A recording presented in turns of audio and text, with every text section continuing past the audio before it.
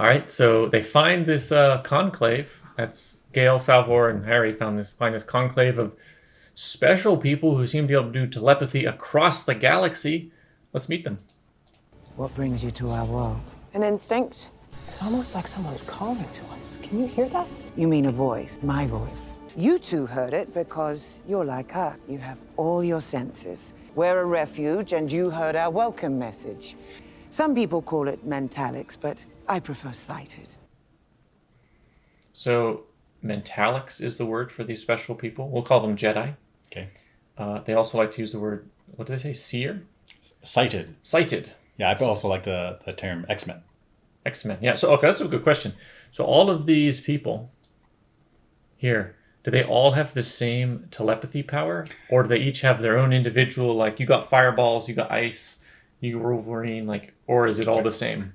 I think they have separate because Gale and Salvor have different types of psychic powers. That's right. Salvor, she looks into the past through dreams, and Gale looks into the future by feeling it, and Harry does nothing. Yeah. So it's possible that each one of these people has variants of powers. Sure. I guess they all have some form of telepathy, otherwise none of them will be able to hear. I guess that, but they could be receiving, not senders. And who knows, everyone could be a receiver, depending on who's the giver. All right, so she is the giver? She's the top, and these are all bottoms in this cult. Okay, yeah. Sexual, yeah. So she's the sender, and they're all receivers. Yes. It could be. It could be.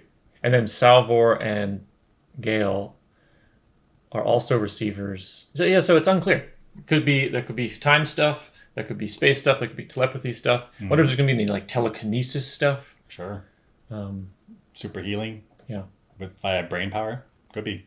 Could be. We shall see. I guess this has implications for psychohistory because I doubt psychohistory took this into account, these special people. Right. So Harry's plan for psychohistory is totally out the window because these people shouldn't exist in his plan. In the books, I think there's a leeway for them to exist, but in small numbers, and this seems like a large enough number that they're going to affect the future. But also, Harry chose Gale. Did Harry know that Gale was special in some way, and so maybe he has taken into account this conclave? There's lots of stuff that Harry knows and doesn't share with anyone. That's right.